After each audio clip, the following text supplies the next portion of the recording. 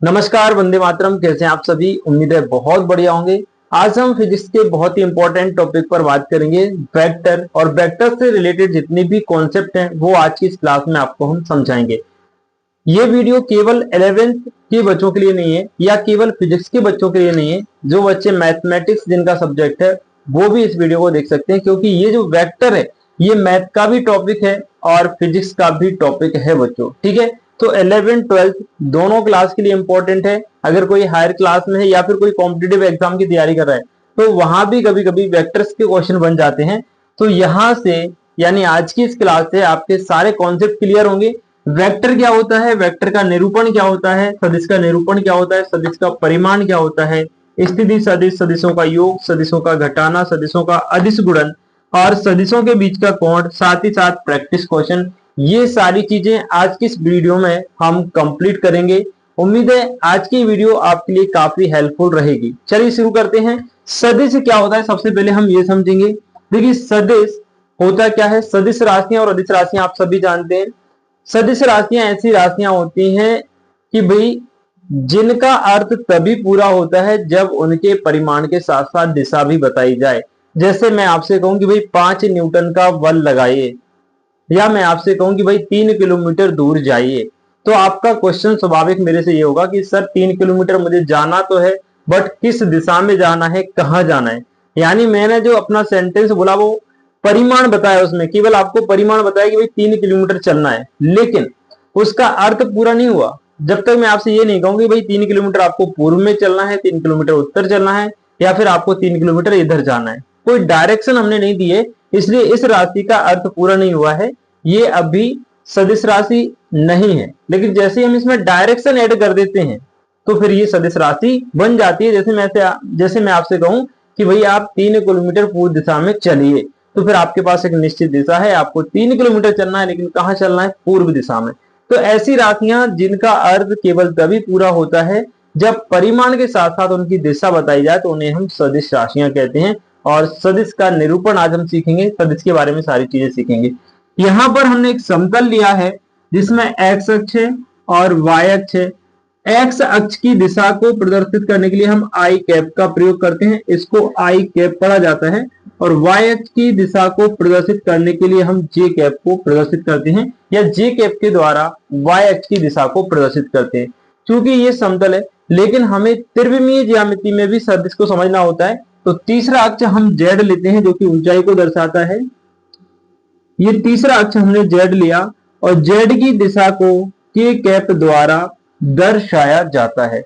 अब मान लीजिए कि भाई इस समतल में कोई बिंदु है जिसका नाम है P, और P बिंदु के निर्देशांक x, y, z है, और ये हमारा तीनों बिंदुओं का या तीनों अक्षों का प्रतिच्छेद बिंदु मूल बिंदु है। ठीक है, अब सुनिए, ये जो P बिंदु है इसमें x बता रहा है कि बिंदु P x अक्ष से कितनी दूरी पर है। इसमें y ये बताएगा कि बिंदु P y अक्ष से कितनी दूरी पर है, और z ये बताएगा कि बिंदु P z अक्ष से कितनी दूरी पर है। तो ये जो x y z है ये बिंदु P के निर्देशांक हैं बच्चों। ठीक है, अब इसका सदिश निरूपण हम कैसे करेंगे, इस बिंदु को सदिश के रूप में हम कैसे लिखेंगे। देखिए, सदिश को जब भी हम लिखते हैं अंग्रेजी के किसी मोटे अक्षर के द्वारा या कैपिटल लेटर के द्वारा उसको थोड़ा सा डार्क करके लिखा जाता है, और उसके ऊपर हम एक तीर का निशान लगा देते हैं जो डायरेक्शन को बताता है। ठीक है, तो जैसे मान लो आपको P का P वेक्टर निकालना है, यानी इसका सदिश निकालना है, तो हम इसको थोड़ा सा P डार्क कर देंगे, या P की जगह कोई और बिंदु भी लिख सकते हैं, और इसको ऐसे लिखा जाएगा। x है ना, तो x के साथ आई कैप लिखेंगे, प्लस लगाएंगे, y के साथ जे कैप लिखेंगे, प्लस लगाएंगे, और z के साथ के कैप लगाएंगे। जहां पे x आई बताएगा x की दिशा को, y बताएगा जे बताएगा y की दिशा को, और k बताएगा z अक्ष की दिशा को। बात समझे बच्चों? तो ये हमारा P वेक्टर हो गया, यानी ये बिंदु है और ये इस बिंदु का स्थिति सदिश है। ये सदिश का निरूपण होता है बच्चों, माने सदिश को हम कैसे दर्शाते हैं। बात समझ पाए क्या? तो हमने सदिश का निरूपण समझा, और ये जो है इसको हम स्थिति सदिश भी कहते हैं। स्थिति सदिश यानी कि कोई भी बिंदु आपके पास हो तो आप उसका स्थिति सदिश निकाल सकते हैं। जैसे P बिंदु हमारे पास था, P का स्थिति सदिश क्या हो गया, xi yj z के प्लस के साथ। ठीक है, स्थिति सदिश उस बिंदु की स्थिति का निर्धारण करता है कि भाई वो किस अक्ष से कितनी दूरी पर है और किस दिशा में है। ठीक है भाई, अब ये जो मूल बिंदु है, क्योंकि मूल बिंदु के निर्देशांक 0 0 0 होते हैं, अगर हमें O का वेक्टर निकालना हो, O का सदिश निकालना हो, तो आप लिखेंगे 0 i cap plus 0 j cap plus 0 k cap, क्योंकि यहाँ पर सारे ही निर्देशांक 0 हैं, तो हमने 0i 0j 0k लिया है बच्चों। ठीक है, अब इस मूल बिंदु से P को हमने मिला दिया और दिशा रही है P की तरफ, तो OP वेक्टर जो है हमारा, ये क्या बन गया, OP सदिश बन गया। OP सदिश बना तो इसकी दिशा O से P की ओर है। किसी भी सदिश में दो बिंदु होते हैं, मैं इसको यहां भी बता देता हूं। जैसे ये बिंदु है O और ये बिंदु है P, तो P बिंदु इसका शीर्ष बिंदु कहलाता है, यानी वह बिंदु जहां पे तीर का निशान लगाया जाता है, या जो तीर का आकार बनाया जाता है वो सदिश की दिशा को बताता है, और इस बिंदु को हम शीर्ष बिंदु कहते हैं बच्चों। जहां से सदिश स्टार्ट होता है उस बिंदु को हम मूल बिंदु या पाद बिंदु कहते हैं बच्चों। ठीक है, ये पाद बिंदु कहलाता है। अब हमारे पास ओपी वेक्टर निकालने का क्या तरीका होगा, वही आपसे कहा जाए कि सर ओपी सदिश क्या होगा, ओ से पी तक का जो वेक्टर है हमारा उसको कैसे निकाला जाए। तो देखना बेटा, ओपी वेक्टर का फॉर्मूला होगा दूसरे सदिश में से पहले सदिश को घटाना, तो P vector minus O vector. ध्यान दीजिएगा, दिशा का बहुत विशेष महत्व है। अगर OP और वेक्टर P की तरफ है तो P में से हम उससे पहले वाले को घटाएंगे तो OP वेक्टर निकल के आएगा। अब OP वेक्टर निकलेगा कैसे, देखना बेटा, OP वेक्टर बराबर P का मान हमारे पास xi plus yj plus zk है, माइनस रखेंगे माइनस, और मैं नीचे लिख रहा हूं O का मान हमारे पास है 0i plus 0j plus 0k बच्चों। ठीक है, मेरी बात ध्यान से समझिएगा, जोड़ने घटाने का नियम ये कहता है कि आई कैप वाले मान आई कैप में से ही जोड़े सकते हैं या घटा सकते हैं, जे वाले मान जे के साथ जोड़े या घटाए जा सकते हैं, और के वाले मान के साथ ही जोड़े या घटाए जा सकते हैं। ठीक है, तो यहां से देखो भाई, x में से 0 घटाओगे तो x ही आएगा और आई कैप की जगह आई कैप रहेगा बच्चों। और भी अगर हम इसको थोड़ा सा डिटेल में लेके चलें तो देखना, ये ऐसा बन जाएगा xi प्लस का yj प्लस का zk माइनस का हो जाएगा 0i माइनस का 0j माइनस का 0k हो जाएगा। अगर हम इसको माइनस करेंगे तो इस तरीके से हो जाएगा, x माइनस 0 और i को हम i कैप कॉमन ले लेंगे, y minus 0 j cap common लेंगे, और z माइनस 0 k कैप हम कॉमन ले लेंगे बच्चों। ठीक है, x में से हमने 0i घटाया, i को बाहर निकाला, y माइनस j किया, j को बाहर निकाला, y माइनस 0 किया और z माइनस 0 किया और k को बाहर निकाला। इस प्रकार OP वेक्टर भी हमारा क्या बन गया बेटा, वो वही बन गया जो कि P वेक्टर था, x i y j and z के, ये OP वेक्टर का मान होगा। यानी किसी भी बिंदु का स्थिति सदिश मूल बिंदु के सापेक्ष अगर हम निकालेंगे तो जो बिंदु का स्थिति सदिश है वही आ जाता है बच्चों। ठीक है, दो चीजें हमने समझी कि सदिश का निरूपण क्या होता है और स्थिति सदिश क्या होता है, ये चीज हम समझ चुके हैं। क्लियर हुआ तो एक बार मुझे कमेंट सेक्शन में यस लिख के बताइएगा, और वीडियो अच्छी लगे तो अपने बाकी मित्रों के साथ भी आप इसको शेयर कर सकते हैं। ठीक है भाई, अब बात करते हैं हम सदिश का परिमाण क्या होता है। सदिश का परिमाण क्या होता है, अब मान लीजिए आपके पास एक सदिश है P वेक्टर और इसका स्थिति रूप आपको दिया गया है, सदिश रूप xi yj और zk। तो यहां से अगर आपको इसका परिमाण निकालना हो तो परिमाण निकालने का फॉर्मूला होता है √x वर्ग y वर्ग और z वर्ग। फॉर एग्जाम्पल अगर मैं आपसे कहूं कि आपके पास एक सदिश A वेक्टर है, इसमें आपके पास लिखा है 2i प्लस का 3j प्लस का 4k, और आपसे कहा जाए कि भाई इसका परिमाण ज्ञात कीजिए, तो आप क्या करेंगे, √x वर्ग y वर्ग z वर्ग करेंगे। x का मान 2, y का मान 3 और z का मान 4 है, तो 2 का वर्ग, 3 का वर्ग एंड 4 का वर्ग। तो मॉड ऑफ वेक्टर ए इसको पढ़ा जाता है, इसको मॉड ए पढ़ा जाता है या ए का परिमाण पढ़ा जाता है। तो इसको जब सॉल्व करेंगे तो ये 4 होगा, 9 होगा, 16 होगा। देखना भाई, 16, 9, 25, 4, 29, अंडर रूट के अंदर आ गया 29। ये इसका क्या हो गया बच्चों, किसी भी सदिश का परिमाण हो गया। अब आगे बढ़ते हैं और देखते हैं सदिशों का योग क्या होता है, सदिशों का घटाना क्या होता है, सदिशों का अदिश गुणनफल क्या होता है। योग और घटाने के नियम सेम होते हैं, जो कि अभी मैंने आपको बताए हैं। फॉर एग्जाम्पल हम दो सदिश यहां पर ले लेते हैं बेटा। एक हमने p वेक्टर लिया जिसके निर्देशांक x i प्लस के y x1i प्लस का y1j प्लस का z1 k कैप, ये p सदिश का स्थिति सदिश हो गया। और ये एक हमने q वेक्टर लिया जिसमें हमने निर्देशांक x2i y2j और z2 के लिए बच्चों।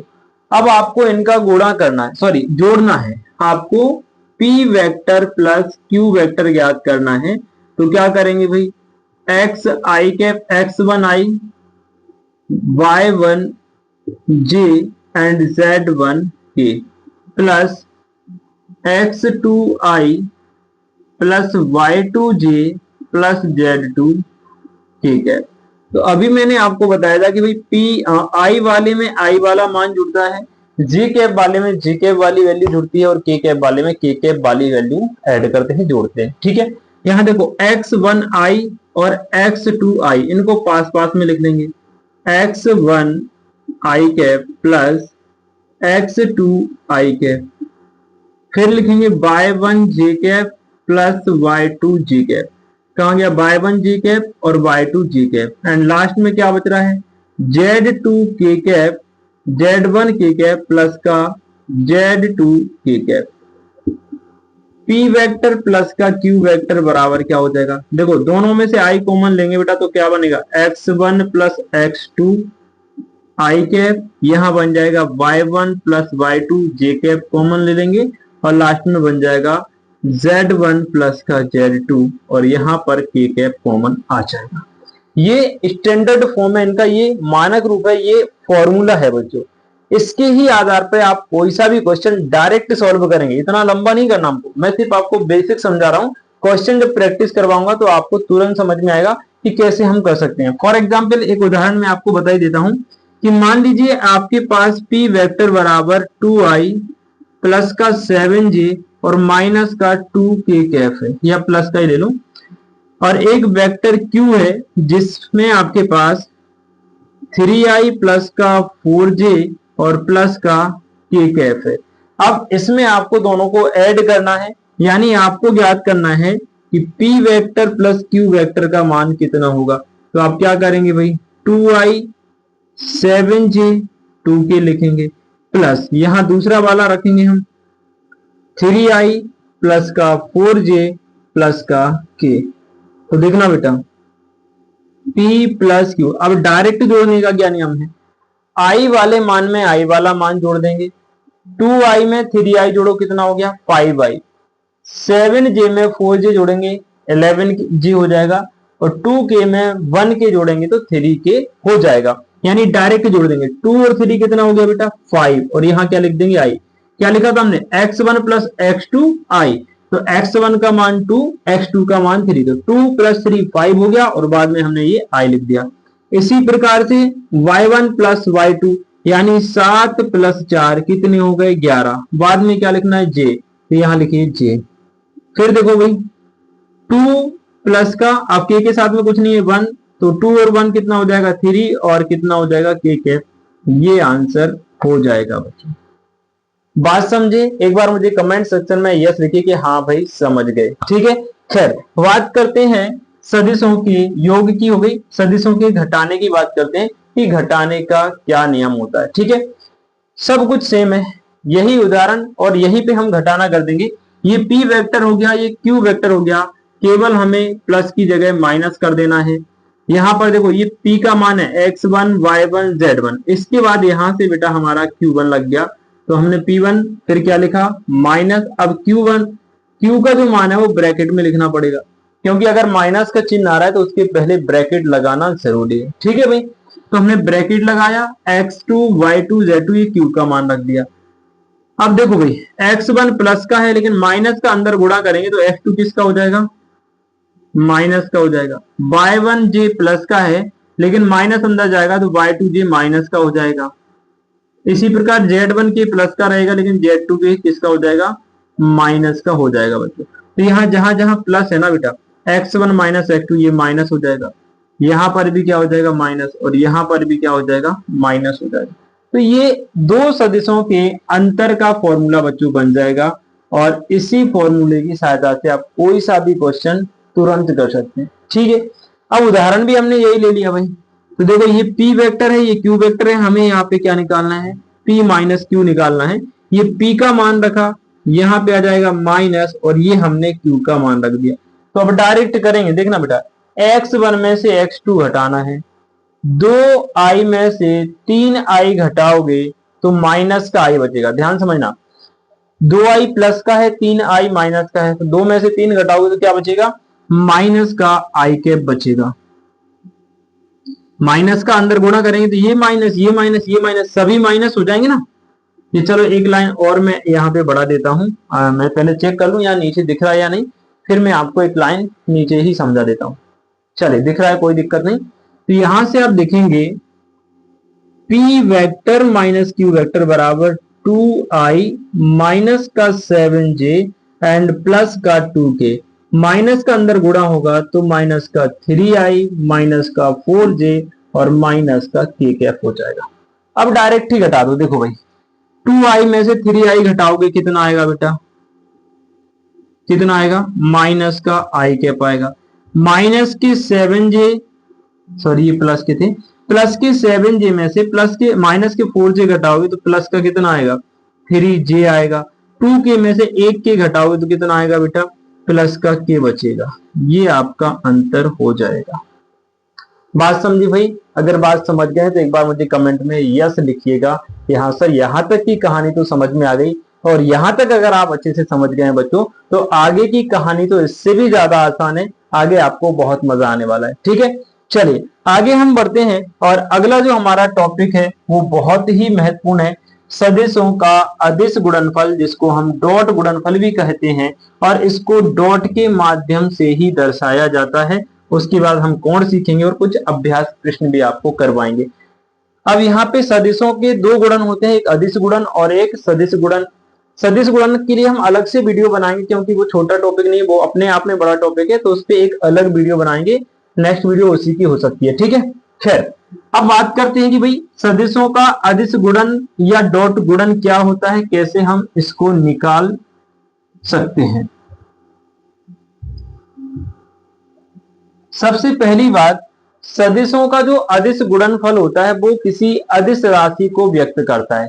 सदिश गुणन और अदिश गुणन में अंतर क्या होता है, सदिशों का अदिश गुणन एक अदिश राशि को व्यक्त करता है, और सदिशों का सदिश गुणन एक सदिश राशि को व्यक्त करता है। ये सबसे महत्वपूर्ण इसमें डिफरेंस है बच्चों। अब मान लीजिए आपको P वेक्टर का अदिश गुणनफल Q वेक्टर के साथ निकालना है, क्योंकि इसका नाम ही है बेटा डॉट गुणनफल, जो P इंटू डॉट लगाया जाता है, इसके बीच में डॉट लगा है, माने P और Q का हमको अदिश गुणनफल चाहिए, तो हमने P डॉट Q लिखा बेटा।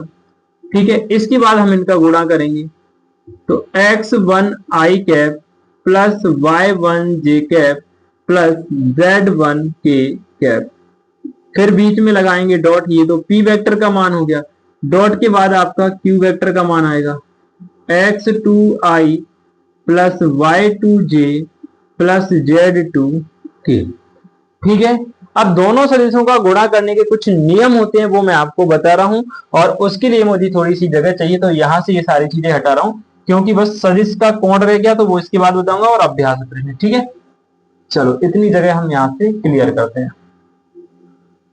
देखिए, अगर बेटा आप i का डॉट गुणनफल i में करते हैं तो इसका मान 1 होता है। j डॉट j होगा, j के साथ j का डॉट गुणनफल होगा तो इसका मान भी 1 होगा, और k का गुणनफल के साथ होगा तो बेटा इसका मान भी 1 होगा। इसके अलावा अगर i का j के साथ डॉट गुणनफल हुआ तो मान कितना आएगा, 0 आएगा।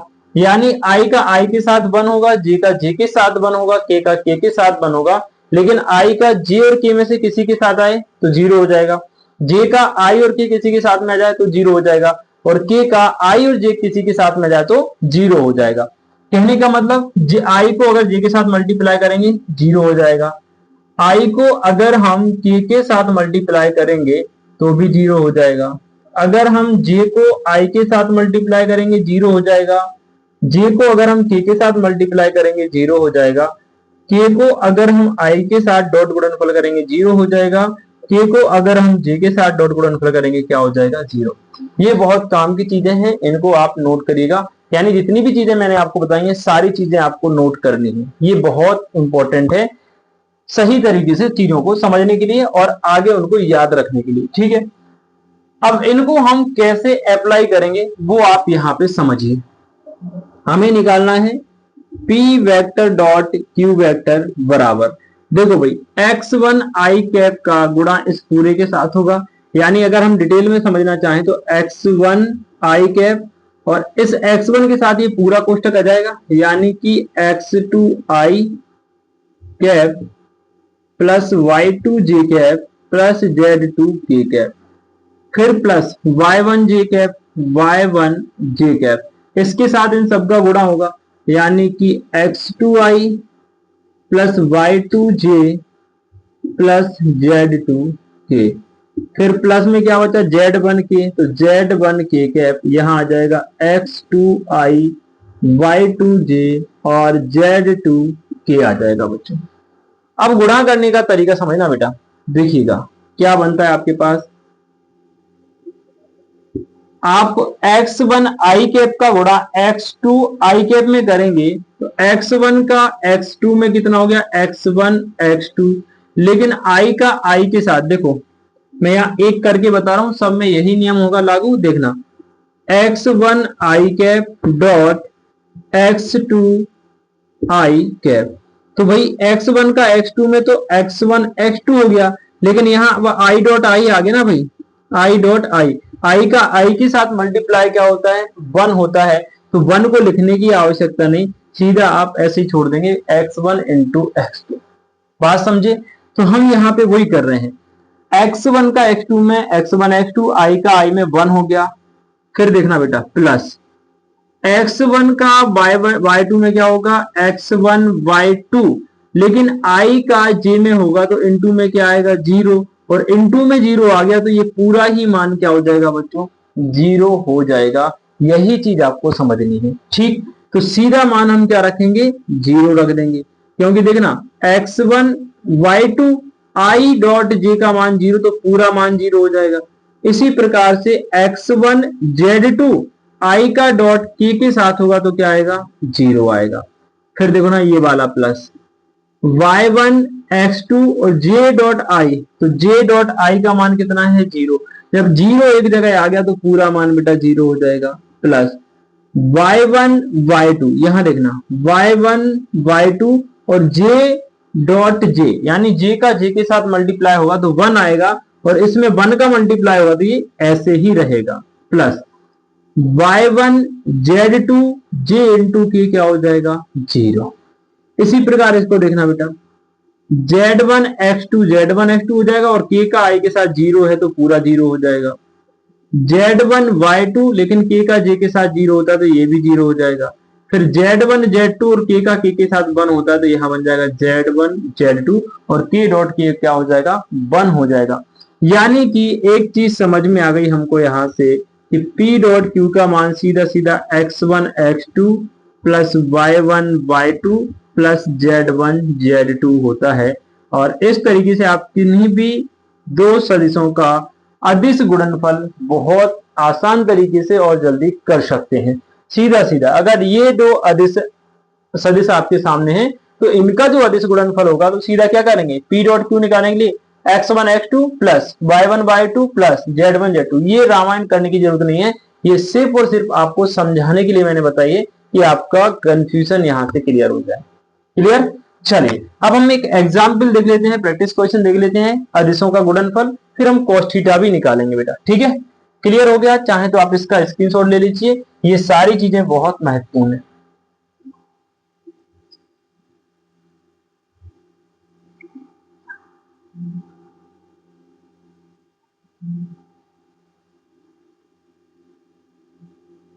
देखना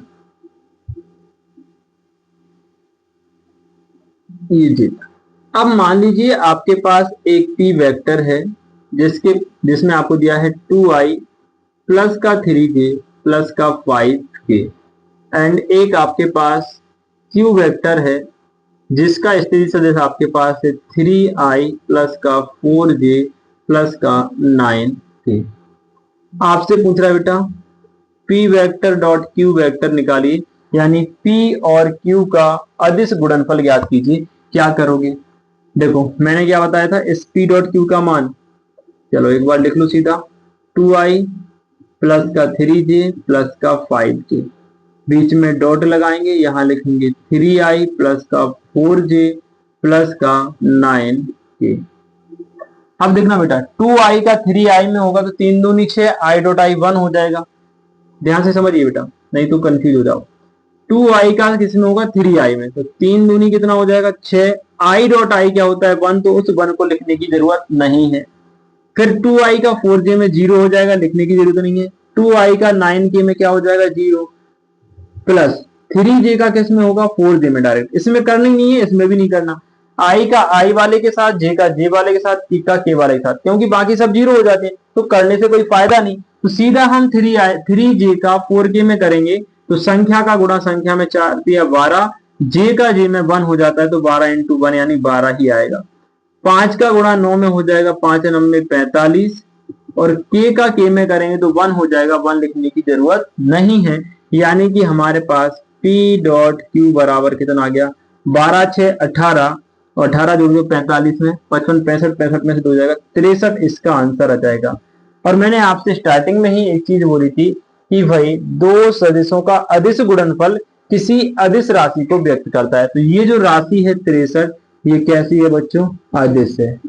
और यहाँ पे जो p डॉट q है, ये दो सदिशों का अदिश गुणनफल है जो कि एक अदिश राशि को व्यक्त कर रहा है।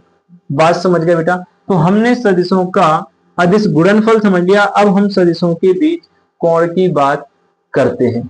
यहां तक की सारी चीजें क्लियर? एक बार मुझे कमेंट सेक्शन में यस लिखिएगा भाई। देखना बेटा, अब हमारे पास क्या है, मान लो एक सदिश p वेक्टर है जिसका स्थिति निर्देशांक आपके पास, स्थिति सदिश आपके पास x1 i y1 j and z1 k है, और एक अन्य सदिश q वेक्टर है जिसका स्थिति सदिश x2i y2 j and z2 k है। अब आपको सदिश p वेक्टर व q वेक्टर के बीच कोण निकालना है। कोण, तो कोण का फॉर्मूला होता है बेटा cos थीटा बराबर p vector dot q vector बटे में मॉड ऑफ p वेक्टर और मॉड ऑफ q वेक्टर। यानी दोनों सदिशों का अदिश गुणनफल ऊपर आ जाएगा, पहले सदिश का परिमाण गुणा दूसरे सदिश का परिमाण बटे में आ जाएगा, तो cos थीटा निकल के आ जाएगा।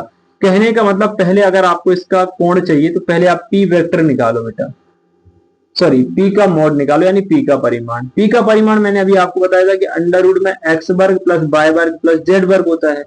तो p की जगह देखो x1 का मान x1 है, y1 है और z1 है, तो इसका परिमाण क्या हो जाएगा? x1 वर्ग y1 वर्ग और z1 वर्ग। इसी प्रकार q का परिमाण क्या हो जाएगा बच्चों? ये हो जाएगा आपके पास x2 वर्ग प्लस y2 वर्ग प्लस z2 वर्ग। अब आपको क्या निकालना है? p vector dot q vector. तो p vector dot q vector का मान क्या हो जाएगा? x1 x2 plus y1 y2 plus z1 z2, यही निकलेगा p डॉट q। देखो x1 x2 y1 y2 z1 z2, k का k में 1, j का j में 1, i का i में 1 हो जाता है। अब ये पूरे मान आ गए, cos थीटा का फॉर्मूला क्या बनेगा बेटा, या तो ये लिख दो, और अगर बिंदु दिए गए तो डायरेक्ट लिखोगे क्या, देखो यहाँ हो गया x1 x2 plus y1 y2 plus z1 z2 बटे में अंडर रूट x1 का वर्ग y1 का वर्ग z1 का वर्ग अंडर रूट x2 का वर्ग y2 का वर्ग z2 का वर्ग। ये cos थीटा का फॉर्मूला बन गया बच्चों। बात समझ में आ गई क्या? अब मुझे एक बार यहां तक की सारी चीजें क्लियर हो गई हो तो एक बार कमेंट करके यस लिखिएगा। अब मैं आपको एक प्रैक्टिस क्वेश्चन करवाता हूं ताकि आपके डाउट्स क्लियर हो जाएं, ठीक है। कैसे हम किन्हीं दो सदिशों के बीच में कोण निकाल सकते हैं, इस तरीके से भी आप निकाल सकते हो, इस तरीके से भी निकाल सकते हो, दोनों ही आसान है, जो आपको सही लगे वो निकाल सकते हैं। मान लिया कि भाई मेरे पास एक p वेक्टर है जिसका मेरे पास मान है 2i प्लस का 3j प्लस का 4k। एक दूसरा सदिश मैंने q वेक्टर के रूप में लिया जिसका मान हमारे पास है 3i प्लस का 2j प्लस का 5k। अब आप देखो भाई, हमने अगर यहां से आप इसकी तुलना इससे और इससे करोगे बेटा तो x1 का मान 2 आएगा, y1 का मान 3 आएगा, z1 का मान 4 आएगा। इसी प्रकार x2 का मान 3, y2 का मान 2 और z2 का मान 5 है। अब आपको क्या चाहिए बेटा, cos थीटा चाहिए। तो अगर ऐसे मान पहले ही निकाल लेते हो तो cos थीटा निकालने के लिए इसका फॉर्मूला ज्ञात करो, और अगर आप ये तुलना करके मान नहीं निकाल रहे तो पहले P डॉट Q निकालो, P का परिमाण निकालो, Q का परिमाण निकालो, यहाँ पे मान रख दो, आंसर आ जाएगा। लेकिन अभी हम इससे हल करेंगे, ठीक है। ये ज्यादातर गणित में यूज किया जाता है, फिजिक्स में इसका भी यूज किया जाता है, तो मैं आपको दोनों ही तरीके बता रहा हूँ, ठीक है। देखना cos थीटा बराबर इसमें हम रखेंगे x1 x2 y1 y2 plus z1 z2। तो x1 x2 कितना है बेटा, 2 गुणा 3 x1 into x2 plus y1 y2 कितना हो जाएगा 3 into 2 plus z1 z2 4 into 5 तो 4 इंटू 5 अंडर रूट में x1 y1 z1 का स्क्वायर। तो अंडर रूट में देखना बेटा x1 y1 z1 यानी 2 का स्क्वायर 3 का स्क्वायर 4 का स्क्वायर, फिर x2 y2 z2 यानी कि 3 का स्क्वायर 2 का स्क्वायर 5 का स्क्वायर। तो cos थीटा बराबर कितना हो जाएगा बेटा, 3 दूनी 6 3 दूनी 6 5 6 5 4 20। अंडर रूट में देखना भाई 2 का वर्ग 4 3 का वर्ग 9 4 का वर्ग 16 3 का वर्ग 9 2 का वर्ग 4 5 का वर्ग 25। तो कितना आएगा भाई, cos थीटा बराबर 6 6 12 और 20 32 तो ऊपर हो गया। यहाँ देखो अंडर रूट में 9 4 13 13 और 16 29 हो गए, और यहाँ देखो भाई 25 4 29 29 और 9 38 हो गए, ठीक है। तो आपके पास cos थीटा का मान कितना आ गया, 32 बटे अंडर रूट में ही लिख दो भाई 29 गुणा 38। हमें चाहिए थीटा का मान, तो थीटा बराबर cos इस तरफ आएगा तो बेटा इनवर्स में आ जाता है cos। यहाँ पर क्या रहेगा 32 बटे अंडर रूट, इन दोनों का गुणा कर देना, जो भी आंसर आ जाएगा वही आपके कोण का मान होगा। ये आंसर आ जाएगा बेटा, थीटा बराबर cos इनवर्स 32 बटे रूट के अंदर 29 गुणा 38, ये आ गया। अगर आप इसको इस विधि से करोगे तब भी यही आंसर आएगा, कोई डिफरेंस नहीं होगा, ठीक है। चलिए अब मैं इसको इस वाले फॉर्मूले से करके बता रहा हूं आपको, और आंसर देखना आप, किसी में कोई डिफरेंस नहीं आएगा। तो इस सवाल को जब हम इस फॉर्मूले से करेंगे तो हमें P डॉट Q चाहिए, तो हम सबसे पहले P डॉट Q निकालेंगे बेटा। P डॉट Q बराबर क्या होता है, x1 x2 देखना 2 तिया 6 i का i में 1 हो जाएगा, प्लस y1 y2 यानी 3 दूनी 6 प्लस z1 z2 4 5 20। तो P vector dot Q vector का मान कितना आ गया बेटा, 32 आ गया। अब हमें P का परिमाण चाहिए। P का परिमाण क्या होता है, x1 का वर्ग y1 का वर्ग और z1 का वर्ग। तो x1 2 है, y1 3 है, z1 कितना है 4, यानी 2 का वर्ग 3 का वर्ग 4 का वर्ग। सोल्व करोगे तो वही आ जाएगा 29। इसी प्रकार से Q वेक्टर का परिमाण निकालोगे तो ये क्या हो जाएगा, 2 का 3 का वर्ग 2 का वर्ग 5 का वर्ग। तो लिख दो भाई 2 का वर्ग 3 का वर्ग 5 का वर्ग। इसको सॉल्व करेंगे तो 30 कितना आया था भाई, हाँ जी 38 है ना। तो 38 आ जाएगा। अब आपको क्या चाहिए, cos थीटा। cos थीटा बराबर क्या होता है, P डॉट क्यू वेक्टर बटे mod of P mod of Q। तो P डॉट Q का मान कितना आया 32, तो ऊपर रख दो 32 बटे P का परिमाण अंडर रूट 29 आया तो अंडर रूट 29 रख दो, अंडर रूट 38 आया तो अंडर रूट 38 रख दो। यहां से थीटा बराबर हो जाएगा बेटा कॉस इनवर्स 32 बटे, दोनों को एक साथ लिख देंगे 29 गुणा 38, ये कोण का मान हो जाएगा। बात समझे भाई। तो ये आपका सदिश का फुल कॉन्सेप्ट यहाँ पे मैंने आपको बता दिया है, काफी सारे क्वेश्चंस के साथ, एक एक उदाहरण के साथ आपको समझाया है। और मैं पूरी उम्मीद करता हूं कि आज की इस वीडियो के माध्यम से सदिश के बारे में सारे कॉन्सेप्ट आपके क्लियर होंगे। एक बार आप सभी मुझे अपना फीडबैक जरूर दीजिए, सदिश का कॉन्सेप्ट आपको कितना समझ में आया।